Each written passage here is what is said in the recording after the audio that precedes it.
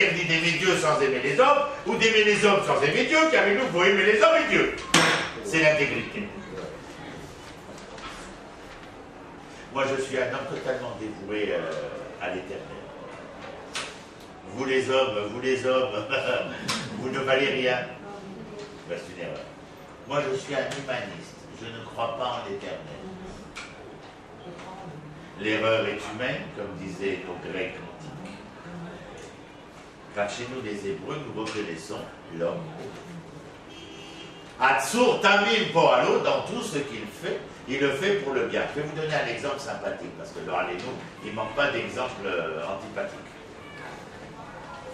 Je suis à l'arrêt du bus, un jour, j'attends le bus, je dois aller travailler, et le bus, il n'arrive pas. Ou bien il me passe sous le nez parce qu'il est plein, il faut attendre le prochain. Alors j'ai une contrariété. Et cette contrariété, elle provoque une montée d'adrénaline. Ça veut dire que je suis un tout petit peu énervé, pas beaucoup.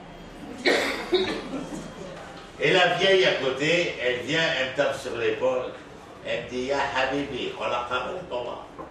Elle me dit « Tous les retards, c'est khola kaval et toba ». Ça raison, mamie. Tous les retards, ils sont pour le bien. Elle me dit, tu vas voir, demain après-demain, tu vas trouver pourquoi tu as raté le bus. Effectivement, le surlendemain, heureusement que j'ai raté le bus. Je n'ai pas besoin de vous dire pourquoi, mais heureusement que j'ai raté le bus. Et plein de fois dans l'existence, nous nous rendons compte que nous avons jugé l'événement instantané. Mais je vais aller même plus loin, la douleur, la souffrance, quelquefois comme s'avérant, eh bien, révélateur de quelque chose qui m'a permis de grandir. Shabbat, nous avons lu le dernier chapitre de la paracha de Vayera. Vea Elohim Nissa et Abraham. Mastomeret que l'Éternel, le Dieu de justice, bien entendu, il n'y a pas quelqu'un d'autre qui peut mettre à l'épreuve, a mis à l'épreuve Abraham. Masé mettre à l'épreuve en hébreu les nassot. La racine Nes. Nes, c'est l'étendard. Ça veut dire qu'à chaque fois que tu seras mis à l'épreuve, ce sera la chance pour toi d'en ressortir grandi, haut et fort. Mais celui qui ne se mesure pas à l'épreuve, Israël. Israël, l'apparence d'un homme, comme celui qui a traversé la preuve, ce ne seront pas les mêmes hommes. Car au niveau de l'être qui vibre à l'intérieur de moi, c'est évident que nous ne pourrons pas être les mêmes hommes. C'est la différence essentielle qu'il y a entre les enfants d'Israël vivant en Eretz Israël avec les Juifs qui ne vivent pas en Eretz Israël. C'est deux mondes complètement différents. Ni dans la langue, ni dans l'histoire, ni même dans leur culture, sans parler de la terre, bien entendu. Parce qu'ils ne sont pas le peuple. Ils ne sont pas la nation d'Israël. Ils sont un communautarisme XY. Mais comme il y a les cousins germains arabes à Paris ou à Trifouille les doigts de pied, comme il y a les Malgaches et comme il y a les Vietnamiens, ce sont des communautés, ce qu'on appelle des minorités ethniques. Mais ici, nous redevenons, ce que je disais tout à l'heure, le peuple, la nation. Nous redevenons des gens capables, s'ils veulent être reconnus auprès d'une puissance étrangère, ils ont leur lettre de noblesse. C'est très important ces choses-là, il ne faut pas les oublier. Et à chaque fois que vous apprenez quelque chose, ce n'est pas pour l'emmagasiner et le mettre dans un coffre, mais c'est pour le transmettre. Je ne marche pas depuis Hebron jusqu'ici, enfin je ne roule pas de Hebron jusqu'ici, simplement pour faire plaisir à vos oreilles. L'Éternel, Atsur Tamim Poalo, tout ce qu'il fait pour le bien. Je ne vais pas vous raconter mon histoire, je vous l'ai déjà raconté. Et quand on est sur un fauteuil et que vous attendez 1h du matin pour pleurer parce que Dvarim Mochim Balayla,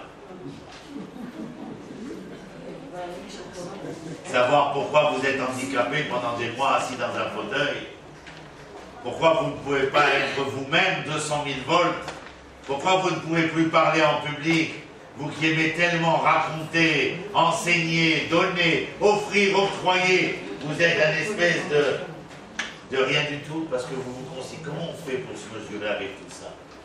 Comment on se mesure à la mort, à la maladie?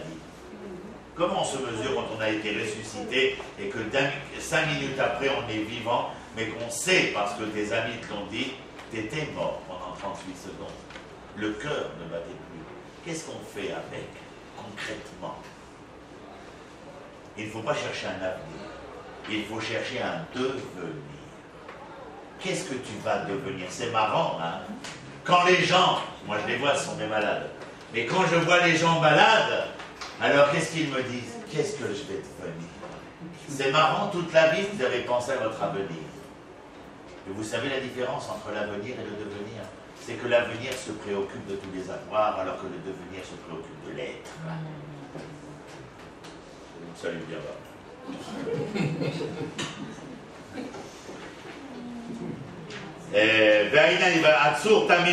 Ensuite, il y a marqué Tzadik veyachar. Maintenant, on sait que l'Éternel est à la source de tout. D'ailleurs, dans la tfila, ce soir, nous avons dit Yotzer or uborech rocher, oseh et hakol.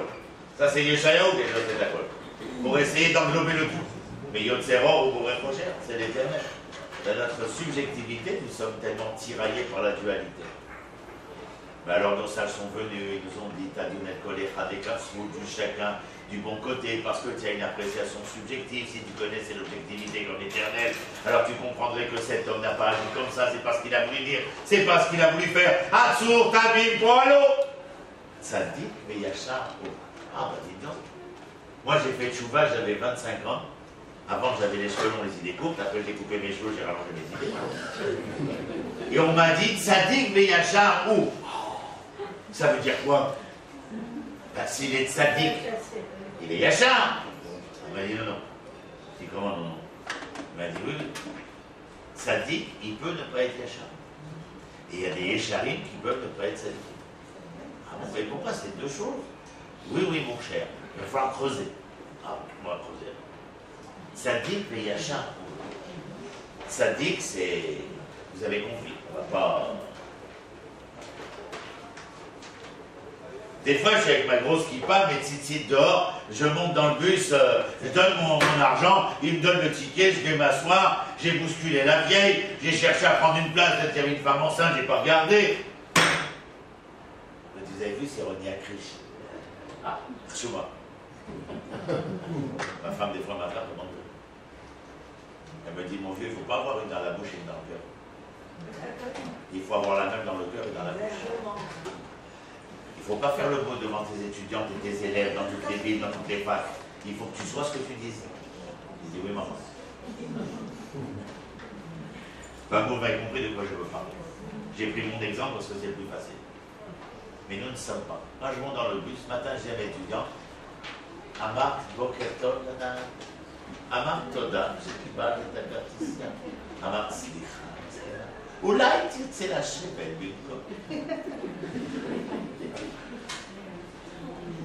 Ce sont des choses, mais des simplistes, et qui font de toi Chassid ou Bat Israël.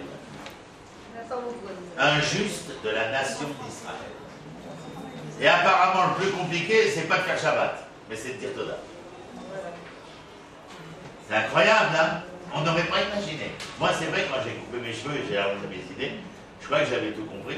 Et on m'a dit Tzadik Veyachar où? Il m'a dit Tzadik où? Ah oui, Yachar. J'ai dit non. Alors regardez la suite. Celle-là, elle est prenante. Veyachar où? Deshebach Yachar ou Neymar le'atzdik din HaKadosh Baruch Hu bechorban bayit sheni shayado ikesh ou patal dol. Le fait que nous appelons le livre de Bereshit Yachar, c'est pour justifier, nous dit Rashi, le jugement prochain qui sera donné à l'époque du deuxième temps concernant une génération têtue et tortueuse. Ikesh ou Pataltol. Tortueux, sinueux. Tordu, en clair. Hein? Zigzag. Oui, c'est tordu, ça fait. Ou pirachnou. Ah, il est gentil, il vient nous expliquer, parce qu'on peut rester comme ça dans l'expectative. Ou pirachnou. Chez Ayou, Tzadikim, Bechassidim, Be'amyotora. Ah oui, enfin, ne vous rappelez-vous pas l'époque du premier temps des rois d'Israël? C'est l'époque où le temple sera détruit parce que la Torah, l'enseignement toranique ne sera pas respecté. Comment? Oh, l'inceste, l'idolâtrie, le meurtre. Alors, comment dira l'Éternel à Nabuchodonosor, Nabucodonosor, la nuit d'une femme? Ne pense pas, mon petit roitelet, que tu viennes détruire mon temple. Tu ne feras que détruire les pierres de ma maison, car mon temple est déjà consumé de l'intérieur. Les hommes, mon petit roitelet, tu ne les tueras pas. Tu ne feras que transpercer le corps qui est le leur. Mais eux sont déjà morts depuis longtemps. Le sang qui coule, mon petit roitelet, n'est que du sang, n'est que du liquide. Leur âme, cela fait bien longtemps qu'elle les a quittés. Car elles ne supportent pas de vivre au milieu de vils gredins. Vous vous rappelez l'expression vils gredins? C'est moyen, c'est bien. La prochaine fois, je vais le rhabiller en maille. Pour vils gredins. Alors qu'est-ce qu'il y a marqué ici? Donc, c'était des gens qui étaient... Alors, au deuxième temps, à l'époque du retour, après Ezra, Néhémia, Zorobabel, vous savez que ceux qui reviennent avec ces gens-là sont la tourbe. La tourbe, ça veut dire un peu tout le monde et n'importe qui. Mais, au fur et à mesure des ans, il faut vous rappeler que ces gens qui sont la tourbe, quelques centaines d'années plus tard, vont donner la génération de ceux qui deviendront les auteurs de la Mishnah, c'est-à-dire les Tanaïm. Et eux, vous les connaissez. Rabbi Yochanan ben Zakkai, Rabbi Shimon bar Yochai, Rabbi Meir bar Hanès, c'est les enfants de la tour. Rabbi Akiba, c'est les enfants de la tour. Comment on peut savoir exactement? Eh bien parce que nous avons une tradition. Alors, que les gens qui vivaient ici ont donné naissance à des enfants, qui ont donné naissance à des enfants, que nous avons suivi l'évolution historique à travers les différents écrits qui nous ont été transmis, et à un moment donné, eh bien, il s'est avéré qu'une génération d'érudits est apparue. Seulement, nous avions un problème d'Afka avec cette génération d'érudits. C'est que cette génération d'érudits, il nous dit chez Ayud Sadikim Bechasidim Be'amle Torah. Mazel Yot Amel Be'ivrit. Amel, c'est la peine, le labeur. Ils n'étudiaient pas la Torah en venant pointer avec la carte au collège. Ils venaient étudier la Torah. Ils venaient de... Comment c'était la phrase de nos ancêtres les Gaulois? Travailler, labourer, prenez de la peine. Enfin, vous vous rappelez le frère de La Fontaine. Il a tiré ça des Pirkei Avot, des maximes de nos pères. Labourer, prenez de la peine et vous verrez le blé devenir le blé, la gerbe d'or, bien entendu. C'est là que le trésor est, bien entendu. Ils étaient Amle Torah, ça veut dire qu'ils se donnaient corps et âme à l'étude et à l'enseignement. Mais on aura un gros problème. C'est que lui parmi eux, celui qui parmi eux sera à la tête du leitmotiv de Ve'ahavta l'erecha kamocha, tiré de la Torah. Tu aimeras ton prochain comme toi-même. 24 000 de ses élèves mourront parce qu'ils ne s'aimaient pas. Alors maintenant, il y a marqué, on revient à la Parashata Azino.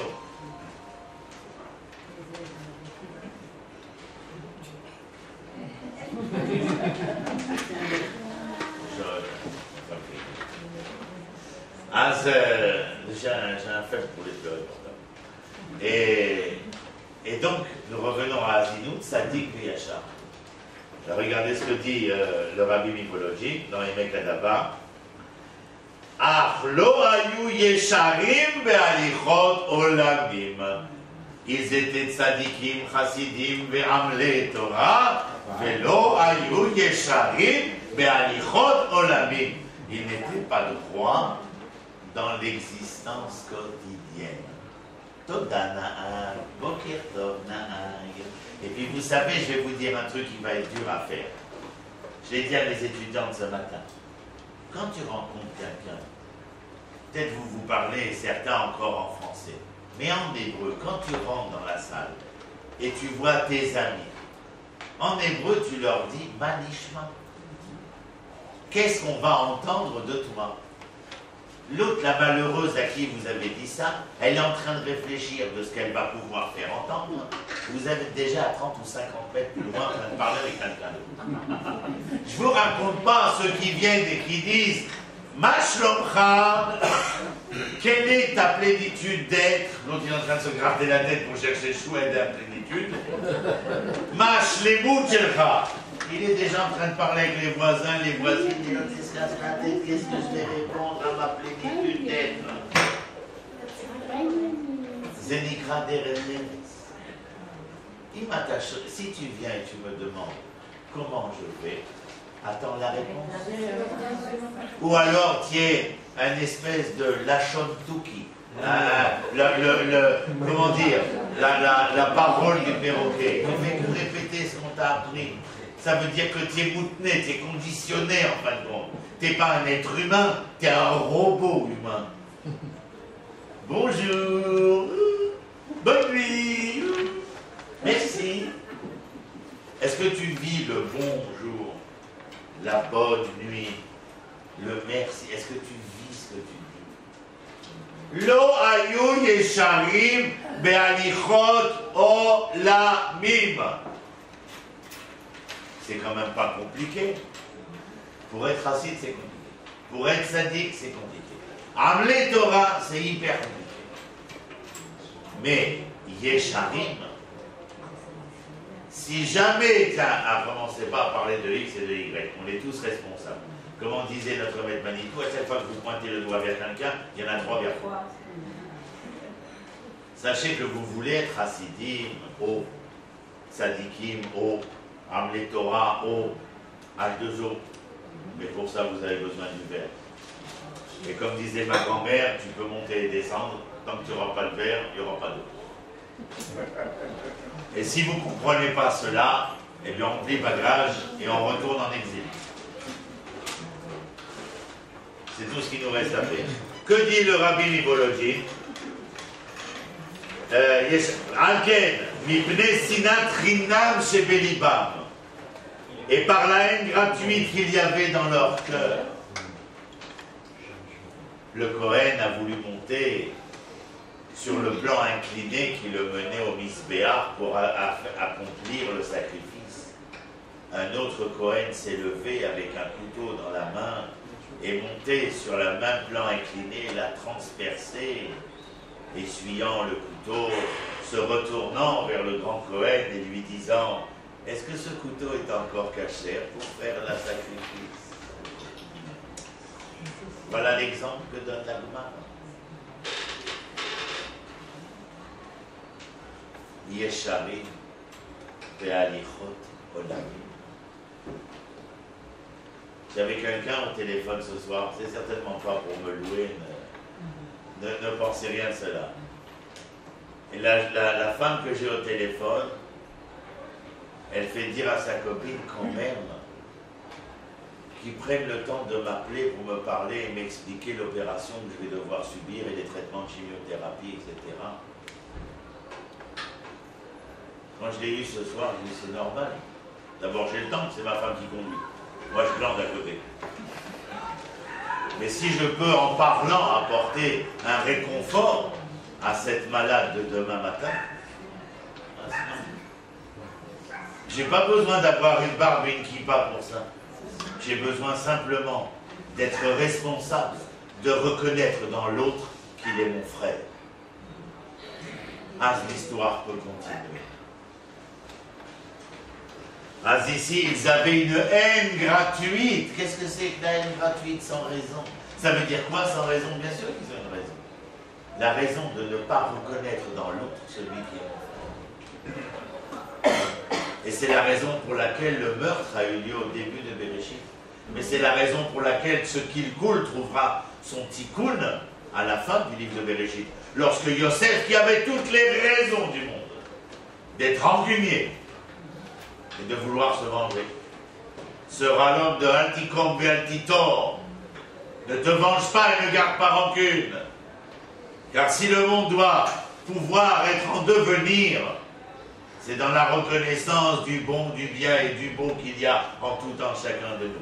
Car le pourri, ça nous sommes certains qu'il existe en chacun de nous. Mais essayons de reconnaître, de retrouver, de récupérer, à partir de ce bon, de ce bien et de ce beau, tout ce que nous pouvons être et devenir. C'est ça notre travail.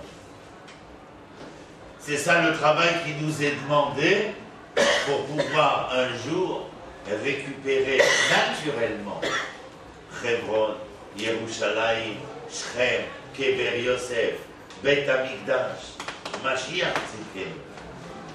Je ne sais pas si vous l'avez eu dernièrement au téléphone, mais moi il m'a dit qu'il voulait bien venir, il n'avait pas où. Maman, il veut venir le mec, il attend que ça, moi. Il me dit ça fait 2000 pistes, je suis en train de tourner. Il est devant les portes de Rome, en train d'arranger ses pansements, il est fait, il est défait. Il a peut-être autre chose à faire dans sa vie. Et pourquoi Rome? C'est un autre cours que prochainement sur nos ondes.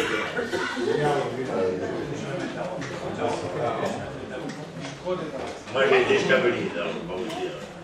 Alors, Mipne Sinat Rinam Shebelipam. Parce que regardez ô combien la haine qui entreprend le cœur, elle est capable de fausser entièrement l'homme. Parce que la haine au niveau cérébral, ça serait plutôt Machloket Leshem Shamaim, dans le sens où nous avons un échange, une diatribe dialogale concernant une différence de point de vue. Mais la haine dans le cœur, ça vient fausser la donnée dimensionnelle de l'homme en tant qu'être. Et s'il n'est pas, c'est donc qu'il est simplement la voix, mais pas l'être. Il est l'homme de la quantité, mais il n'est pas l'homme de la qualité. Ceci est l'essentiel.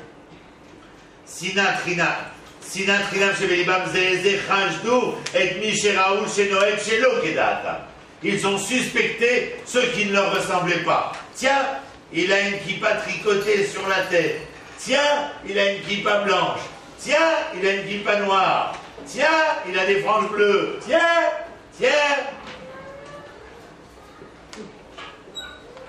Et à force de vouloir tenir ou en tenir aux autres, nous sommes les détenus de notre histoire. Essayez d'éteindre les portables, s'il vous plaît. J'ai déjà demandé. C'est Maman Shlonaï. Alors, il dit, à tel point qu'il suspectait l'idée des autres. Nous avons eu les Sadducéens, les pharisiens, les Esséniens. Aucun ne supportait l'autre. Vous savez ce que le peuple d'Israël, c'est une image construite à partir de 12 tribus, c'est-à-dire c'est une véritable mosaïque. Lorsque chacune des parties sera capable d'émettre l'image qui est la sienne, nous aurons un aperçu de l'image tout entière. Nous aurons un aperçu de l'image tout entière. Seulement de cette manière-là. Mais si une seule de ces images, de ces 12 images, ne donne pas sa pleine expression, il sera impossible de révéler l'image nationale d'Israël. Et eux ne respectaient en aucun cas ni l'idée, ni la manière d'être des autres. À tel point qu'ils étaient prêts à s'entretuer certains, ou à tuer même. Et ils pensaient véritablement que la rédemption pourrait survenir après l'attitude de non-être qu'ils représentaient. Est-ce que quelqu'un peut arriver à penser comment j'étais fier, après la déportation de Gush Katif, de voir tous mes frères et toutes mes sœurs avoir su se retenir, parce que dans n'importe quel autre pays, ça aurait été la guerre civile. Je peux vous l'assurer. Mais comment j'ai été fier que ce qu'on a retenu, c'était ces 1000 jeunes hommes et garçons dans la synagogue de Neve Kalim en train de chanter ce psaume du Tehillim. Combien de larmes on a pu verser, de la douleur. Mais encore une fois, peut-être étaient-ils eux, malheureusement, ceux qui payaient le prix fort de tout un peuple, et que les pierres qui tombaient n'étaient peut-être que les pierres qui tombaient sur quelque chose qui avait déjà été conçu. Et qu'ils ont eu la grandeur d'esprit de pouvoir préserver Chaz vechalila, une guerre fratricide. Parce que les conséquences, elles étaient claires. C'était direction l'Europe de nouveau, ou le Amarika, le peuple vide là-bas, qui sera la prochaine grande catastrophe du peuple juif, sûr et certain, car il n'y a jamais eu de présence assurée, vindicative du peuple juif quelque part, si ce n'est que ce pays soit devenu une puissance, et qu'à partir du moment où la communauté juive se sentait être la plus importante, la plus représentante, que ce pays soit devenu impérialiste et eschatologique, c'est-à-dire destructeur et annihilateur des Juifs. Et donc ceci de ne pas supporter la pensée, l'existence de l'autre. Ah, mais dans la Hirat Hashem, ils ne les supportaient pas parce qu'ils étaient, comme on dirait aujourd'hui, pas de leur obédience, ou bien ils étaient chilonim, keilou, séculiers. Non, ils n'avaient pas la même impression et la même appréciation du service à l'Éternel qu'eux. Ils ne faisaient pas la prière comme eux, ils ne s'habillaient pas comme eux, ils ne croyaient pas à toutes les mêmes choses qu'eux, ils n'expliquaient pas la Torah de la même manière qu'eux. Et bien alors ils sont arrivés, comme on dit le Rav, ils sont venus là, les Yedeshvichut Damim. Ils ont versé le sang. Parce que faire rougir son prochain, c'est déjà verser son sang, que vous le sachiez. Bederer Aflaga, Miflaga, rappelez-vous que c'est Miflaga, ce sont des réalités qui sont dualistes, déchirées, tiraillées. Le mot Miflaga veut dire piloug, déchirement, tiraillement. C'est-à-dire, nous sommes un parti uni. Eh bien non, vous n'êtes que la partie. Et c'est pour ça que vous serez perpétuellement pris à partie. Parce que vous n'êtes qu'une partie. Mais arrêtez de dire Anarnu miflaga echad ou meuchad. Ça tâchez les gars. Echad ou meuchad. Mi echad ou meuchad. Miflaga, ça veut dire déjà dualiste, tiraillé, échancré. Bederarla les kolaraot shebaolam. Et tous les maux du monde surviennent à la suite de la guerre fratricide. Jusqu'à ce que le deuxième temple ait été aussi détruit. Quand Titus rentre pour détruire, ben lui aussi ne vient que détruire des pierres parce que le temple est déjà consumé. Le Kohen achetait sa chair, il payait pour avoir sa chair de Kohen. Il n'était pas loin par le prophète. Il achetait sa chair. Le service divin se monnayait. Il n'y avait plus aucun souffle dans le corps. C'était des corps de morts vivants. C'est très facile d'être un mort vivant. Il faut enlever le souffle qui est en lui. La vie à Chaim, avec tout ce qu'elle a de noble, pour devenir un être mort vivant. Alors, et là-dessus, il y a eu le jugement justifié. Le jugement justifié. Tzadik beyachar. Non seulement il est juste, mais il est droit. Et à chaque fois que nous avons fait une faute, fauter en hébreu l'arto, c'est les arti. La faute, le chet, c'est d'avoir tendu son arc, tiré sa flèche et d'avoir manqué sa cible. C'est le chet. Et lorsqu'on a manqué sa cible, ça veut dire qu'on a fait fausse route. Et lorsqu'on fait fausse route, on est perdu. Et lorsqu'on mange et qu'on fait fausse route, on s'étouffe. Et on peut même en mourir. Et vous avez des gens, des fois, qui viennent vous dire, c'est marrant, je vous livre une parenthèse, pour moi amusante en tant que soignant, quand la personne me dit, Reni, j'étouffe. Et moi, je lui demande, qu'est-ce qui t'étouffe? Je ne parle pas de ses poumons. Qu'est-ce qui t'étouffe? C'est comme une collègue, elle vient et elle dit j'arrête pas, j'ai des maux de dos incroyables. Et moi je lui dis qu'est-ce que tu supportes toi? Une semaine après, elle revient, elle me dit que Dieu te bénisse. Si tu n'avais pas dit cette phrase, je pense qu'aujourd'hui je croirais que j'avais mal au lombaire. Mais mes lombaires ne supportent pas ce que j'ai trouvé que je ne supportais pas. Et aujourd'hui mes lombaires me font moins mal. J'ai mal au ventre, papa, j'ai mal au ventre. Il y a quelque chose que tu as mal digéré, mon chéri. Et si vous arrivez à toucher à ce qui a été mal digéré, vous verrez que l'enfant sans aucun médicament, ou la personne, n'aura plus jamais mal au ventre. Rappelez-vous qu'il y a un rapport entre l'être et la nefesh, entre le corps et l'esprit. Je termine avec cette dernière phrase, le reste, si vous voulez le lire à la maison, vous le lirez, mais l'esprit du cours, nous l'avons déjà dit entièrement.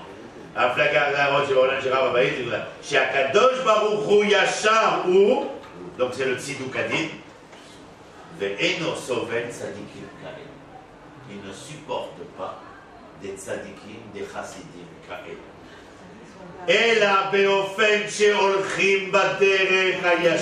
seulement dans la manière de ceux qui marchent droit, qui sont des hommes droits, gam be'alichot olam velo be'akmimut, qui marchent droit dans les chemins du quotidien et qui ne sont pas tordus.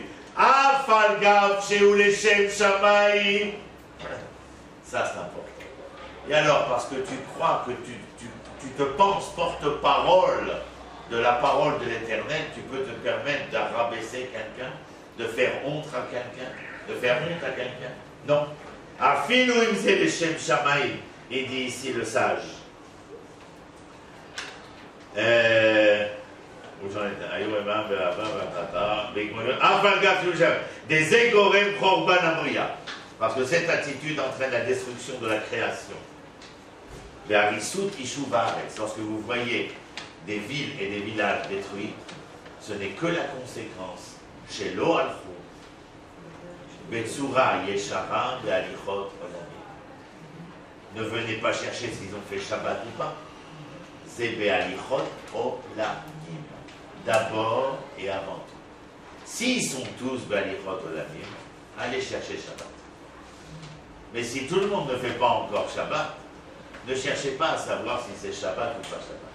Évidemment que c'est mieux que tout le monde fasse Shabbat. Mais Alichot Olamim, Yesharim Be'alichot Olamim, ça c'est important. Ça c'était la gloire de nos pères, chez Milvad, chez Ayud, Sadikim et Chassidim, et Oavé Hashem, mais au fait, Ayoter Efshar, malgré qu'ils étaient Chassidim et Tzadikim, autant que possible, Od Ayud Yesharim. Ils étaient droits. Aïdou Sheitnagou, regardez ce qui est écrit ici. Non seulement ils se sont conduits au sein de leur famille, Beyashrut Be'alichot Olamim, et là aussi avec les idolâtres des autres nations, et quels idolâtres? Les idolâtres les plus affreux. On n'a pas à venir en Israël en disant j'ai bien arnaqué la France. Zechilou Lachem. Mikol Makom Ayu Imam Be'ava. Ils sont avec eux avec amour. Bechashou le Tovatam. Et ils se sont inquiétés de leur bien. Be'asher Ikiyum Avriya. Car ils font partie de l'essentialité de la création divine. Ça, c'est le côté universel des Hébreux. En l'homme d'Israël, disait Manitou, il y a l'homme universel. Nous pouvons être, nous quittons notre pays, les meilleurs des hommes dans tous les pays du monde où nous irons. Pourquoi? Eh bien parce qu'en l'homme hébreu, il y a de l'homme universel. Et aujourd'hui que nous rentrons à la maison, alors bien évidemment qu'il faut que nous sachions l'essentialité de cet homme droit dans l'existence quotidienne de l'être, et que c'est parce que nous aurons été capables de créer ces contenants que nous pourrons y déverser les meilleurs des contenus. En vous remerciant, mes princes et mes princesses. Vous avez des questions? Oui, bien entendu que nous sommes